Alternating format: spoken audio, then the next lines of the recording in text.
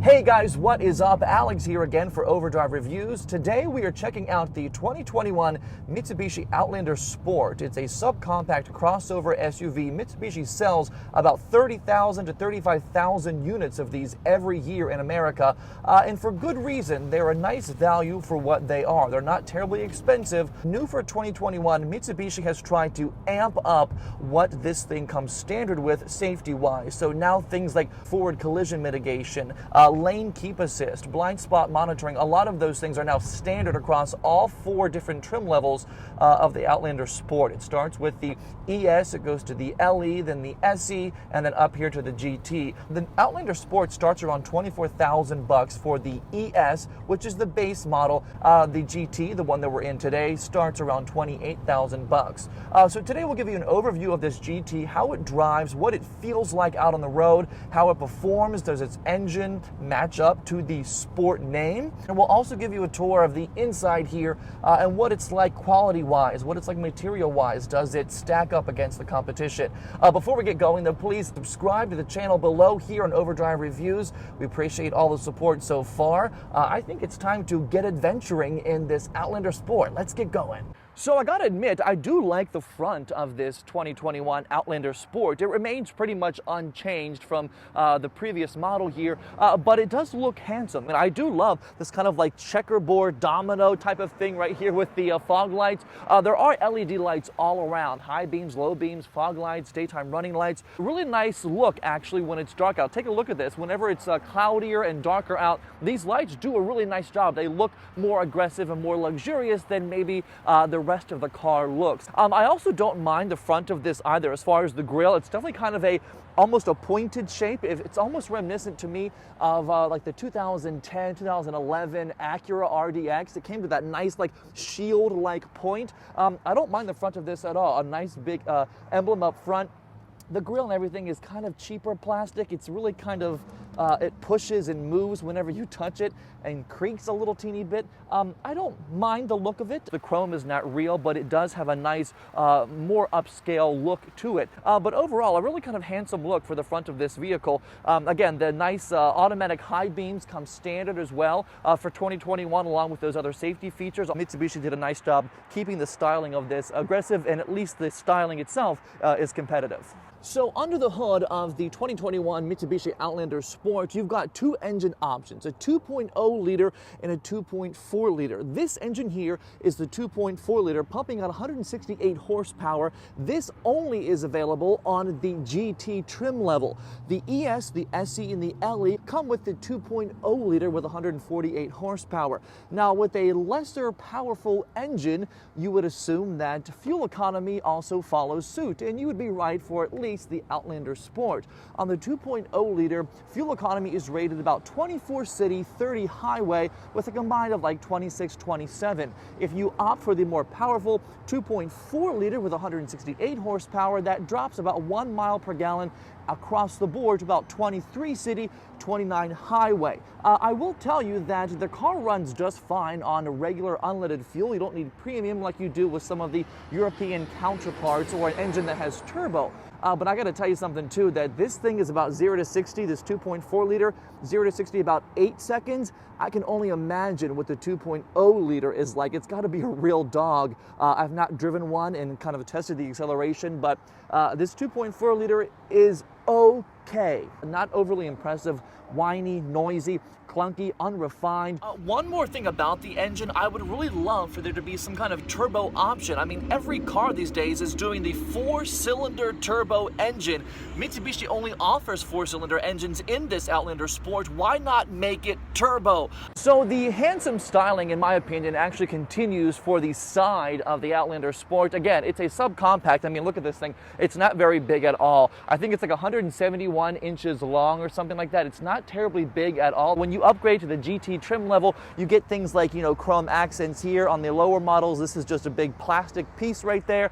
You also get power folding mirrors when you upgrade to the higher trim levels as well. These fold in whenever you lock the car. Overall, a nice design, a nice side profile. Definitely a swooping rear roofline, like 39 inches of headroom in the front, only about 37 in the back for passengers. So if you're taller, the back seat is definitely more of a crutch. crunch for you, but the overall roof line is relatively decent. I don't mind it at all. It actually has a nice kind of quick back. Also, when you upgrade to the GT trim level, you do get these roof rack or these roof rails right here. The lower models do not have them. So for about $29,000, this GT is not a bad option at all. And you guys know that I love talking about rims, right? No surprise if you've watched my other videos, as I tend to mention every time. But every model across all 4 trims actually come with these 18-inch wheels. There's one option on the LE, I believe, the blackout edition or black edition. You can get blacked out kind of glossy rims, but otherwise all of the Outlander Sports come with 18-inch rims. They look like this, dual tone, really nice and sporty. But again, if you're buying a cheaper base model and they have these rims, and then you buy the upgraded $29,000 model and they still have these rims, I'm not really finding what the connection is there. I'm not sure why Mitsubishi isn't giving these cars matching levels of rims, I guess. I mean, any other car company, you got the base model rims and you got the expensive higher end rims. Not here, not sure why, but it doesn't really matter, I guess, at this point. All of the tires are Nexen tires across the entire lineup, no matter what Outlander Sport you get. Ventilated discs in the front. Overall, though, I do wish Mitsubishi kind of offered up different options for different levels of price point. The higher price point, the nicer the rim should get. So around back of the Outlander Sport, I think it's just as nice as the front of it. Again, I don't have many qualms or critiques of the overall design of this car. I do like the LED tail lights that wrap around on both sides. The rear view camera is nicely hidden on the back of the Mirage. If you've seen the back of the Mirage, they just like stuck a big old camera on the back of this, of that little small hatchback. It's just crazy. I'm glad that at least Mitsubishi has made this flush and succinct and hidden almost on the back of this Outlander Sport. The GT badging here, the 4-wheel drive, Mitsubishi calls their all-wheel drive system all-wheel control, AWC. Outlander Sport badging over here as well. Then let's go in the back of this thing and talk about the cargo space in this. 21.7 cubic feet of space behind the second row. With the second row folded down, you get about 49.5 cubic feet of space. So with the second row down, lots of space to haul stuff, to put bags, luggage if you're going on a long trip. But with the second row up, there's not a lot of room back here. It's kind of surprising. You'd think there'd be more room than there is. But since this car is kind of so small anyway, and it's shaped kind of like a pear almost and gets thinner as it gets taller, that kind of cuts into your overall storage space in the back here. But you do have nice little pockets for, I don't know, road tools, things you want to bring with you on a trip. Underneath here, a spare tire as well. This is flimsy as, oh, look, it's not even attached. It's just kind of hanging there. Just more things that I think Mitsubishi has done to kind of cut prices and save on costs. It's not the end of the world, but like, most times these are tethered to the back of the car. But you do have a nice privacy cover though that goes up with the trunk lid, which is nice. But again, only 21.7 cubic feet of space back here, which compared to the rivals and other vehicles that are in the subcompact class, not a ton of room. That being said, nice enough for a quick weekend getaway, I'm sure. So the back seat, I don't mind. It's a little bit tight for taller folks, probably best for kids or smaller adults back here. Let's move the door since it kind of got in the way. But the back seats actually themselves are nice. They're a nice kind of like faux suede, an attempt at faux suede, I guess. Nice red accent stitching, just like the front seats. They feel nice, they feel firm, they feel supportive. Might get a little bit too hard over a longer journey. I can't imagine being back here for more than a few hours. A small hump here in the center, obviously for the 4-wheel drive system. Not much back here to talk about or to complain about in either way, because there's nothing to really see. There's no rear climate control button, there's no USB, there's no fun switches for me to push, no fun things for me to plug into. You have a little light up top, and that's about it. You've got speakers on each door. Other than the seats themselves, there's not much to talk about back here. Definitely a swooping rear roofline that cuts into your headspace. If you're taller back here, you're going to get uncomfortable after a few hours. Best for 2 smaller adults, 2 children back here. You could fit 3, but they're going to be tight. The seats do fold down, as I showed you, which is nice, but other than that, pretty unremarkable here in the back seat. So climbing inside the Outlander Sport, here we go on this rainy day. Let's turn the car on first. This GT model does have the push button start right there. It's a relatively nice center console. I don't really mind it. This does have the upgraded 8-inch touchscreen. The base model, turn that off. The base model comes with a 7-inch touchscreen. This is actually much nicer, only an inch more, but you've got so much more space and room to do stuff with. It's not a terribly attractive interface. It's really kind of simple and really not super modern. I mean, I feel like so many other car companies really outdo the Outlander Sport with this. That being said, this is nice that all these little buttons down here are just kind of touch. You don't have to really push them. You just kind of tap them and go where you want to go. The audio system, this only has a 6-speaker, I believe, in this car. You do get 3 months free Sirius XM satellite radio with the Outlander Sport whenever you get one. Let's go down here to the automatic climate control. Easy to use knobs. It's not difficult to figure out at all. That's the one good thing about a lower end car, perhaps, is that the buttons are easier to use and not too fancy. So down below there, the ugliest high, low heated seat buttons you ever did see. These have been in this car for, I feel like, the better part of a decade. They're outdated, they're old, they're clunky. Don't like them at all. Anyway, they're there. Heated seats there, the tractor control button, an outlet. You've got 2 USBs in this GT version. I do not mind, really, the center console, the gear shifter area here. A nice kind of glossy black finish next to the gear shifter itself. Park, reverse, neutral, drive, drive sport, and then low, of course, right there as well. You do have the 4-wheel drive button right there. When you push this, let's look at the gauge cluster here. Let's wait till I get up here. Push that, it goes to 4-wheel drive. Push it again, it goes to 4-wheel drive lock. Can you see that?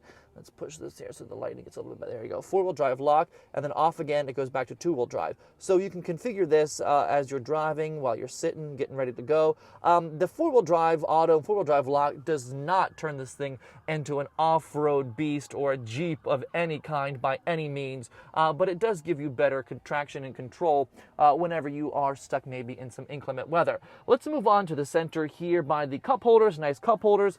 You do have a nice leather-wrapped handbrake here as well. And off to the side, you see the seats. I like these seats a lot. For a $29,000 SUV, I think these seats are nicely done.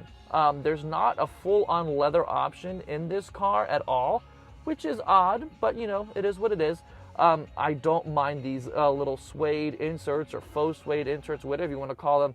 They look nice. They look upscale. It's about the only thing that actually looks upscale about this interior. They're soft, and like whenever you move your finger over them, the little fibers change directions, and you can like spell your name. You can do all kinds of fun things. It's kind of cool. I like it. The steering wheel, nice glossy black finish at the bottom. All of your normal controls that you would want. Your audio. You got your cruise control over here. An unremarkable steering wheel, I think, overall, though. Not the best looking thing in the world. I'm glad there are grippers right here, leather wrapped at the top.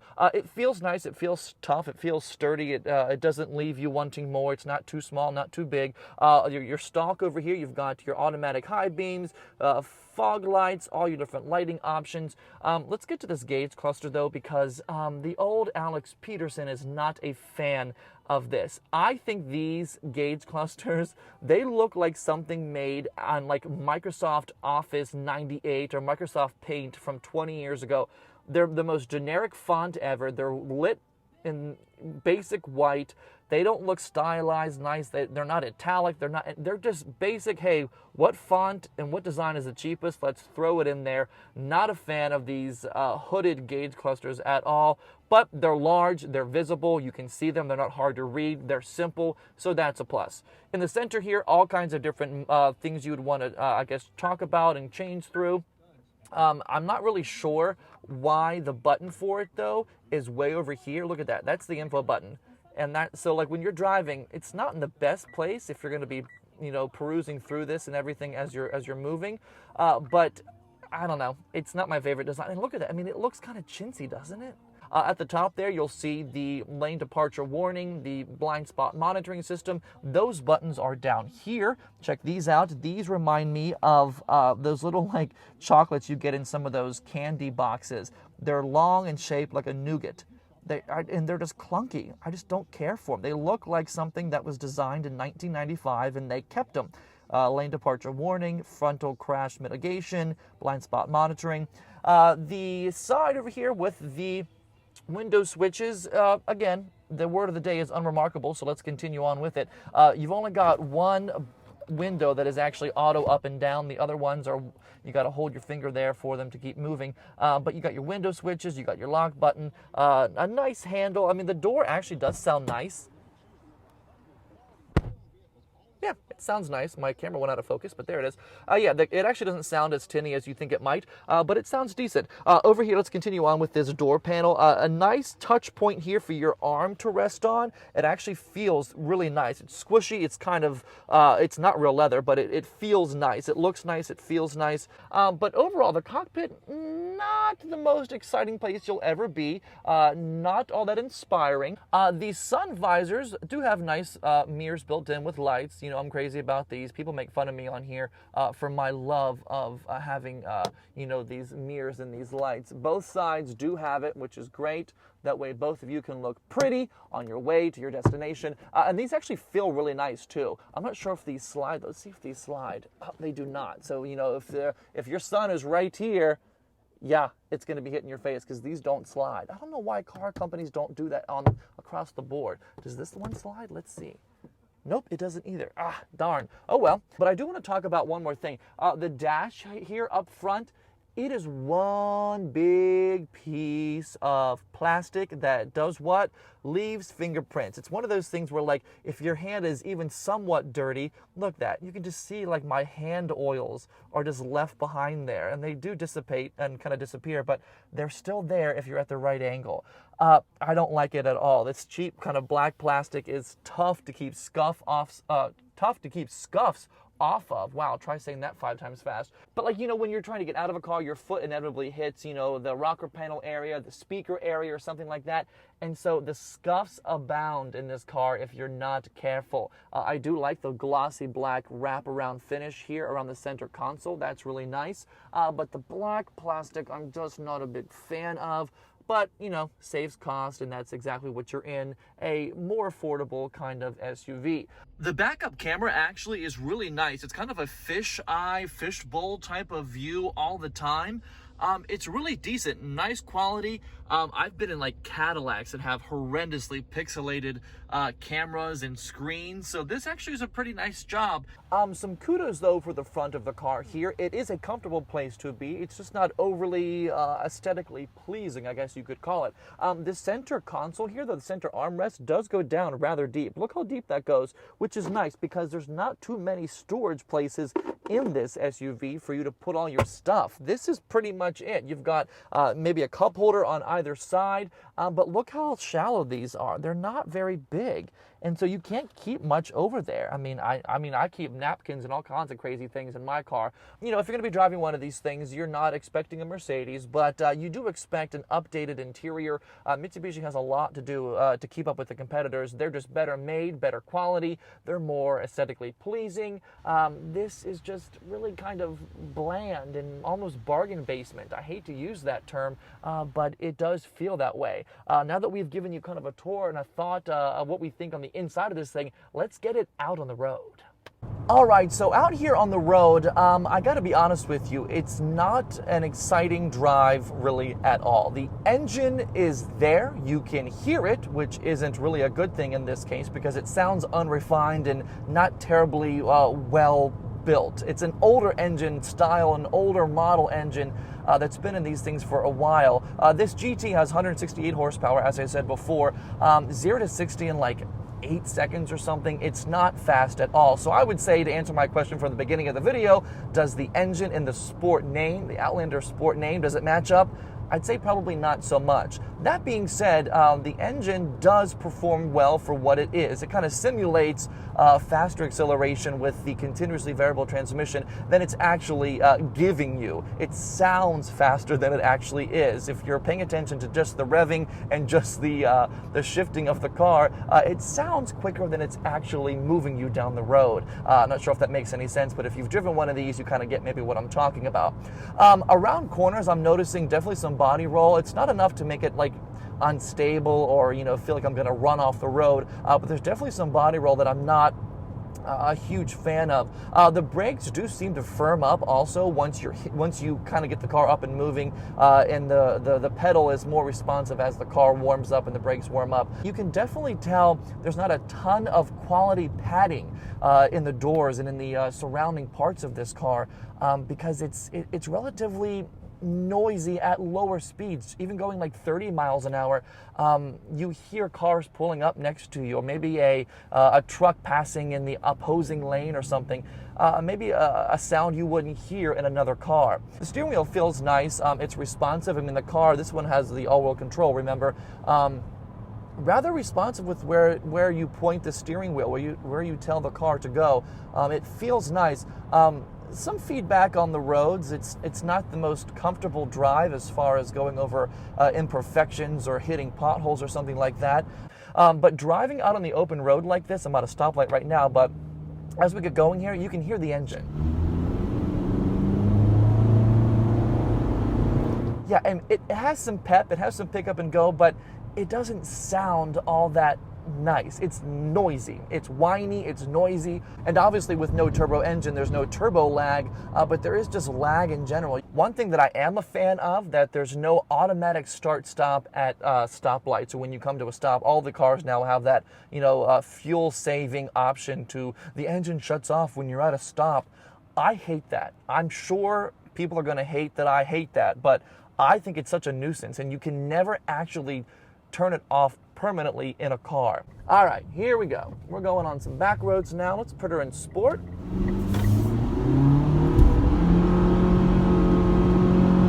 Oh, man. I only went like 300 feet in that 5 seconds of acceleration. I would have been already in Cleveland from Harrisburg if I was in a BMW or anything else. It does go through turns nicely. I mean, I can see this being a fun mountain getaway car, inexpensive. You're not going to get there in crazy style or luxury or anything like that. But here's a nice turn. It feels confident, it really does. And the road is closed. Did not know this. Well, I can tell you the brakes work nicely. Look at this, the freaking road is closed. Okay, well, I guess I gotta do a turnaround. Look at this, the road is closed. Look at, you saw that, look at that. The road is closed. Okay, well, let's hit it from the standstill, shall we? 3, 2,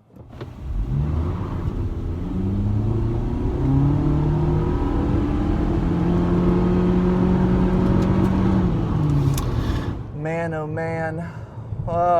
Suspension, there's not automatic, damping or anything like that, so the suspension is what it is over each bump. But there is McPherson struts in the front with a stabilizer bar, multi-link with stabilizer bar in the back. It's easy to maneuver. It's not huge at all. Obviously, it's a subcompact crossover, so it's really easy to maneuver in city type of living, parking, quick turnarounds, that kind of stuff. Just to kind of wrap all my thoughts up about this, definitely nice and quiet at lower speeds. Higher speeds, you can hear the wind, you can hear other cars passing you, you can hear that engine, which I'm just not impressed with really at all. Not only is it noisy, it's superbly slow. And that's not something that I'm looking for in an SUV. That being said, it does have nice ride height. It has nice ride feel. Feedback is decent. The steering wheel goes exactly where you want it to go. One thing else I wanted to mention before we go is the warranty on this thing. 10-year, 100,000-mile limited powertrain warranty, 5-year unlimited miles roadside assistance. That's pretty good. That's really good, actually. Nice peace of mind if you do opt for one of these 2021 Outlander Sports. So with that being said, thanks so much for watching today's review of this 2021 Mitsubishi Outlander Sport GT crossover SUV. A long name, right? If you've liked it, hit this with a big thumbs up. Subscribe to the channel below here on Overdrive Reviews. Feel free to also please follow us on Instagram. Our handle is @Overdrive Reviews. Easy to find, right? Trying to build that up as well. Thanks so much for watching. We will see you guys next time.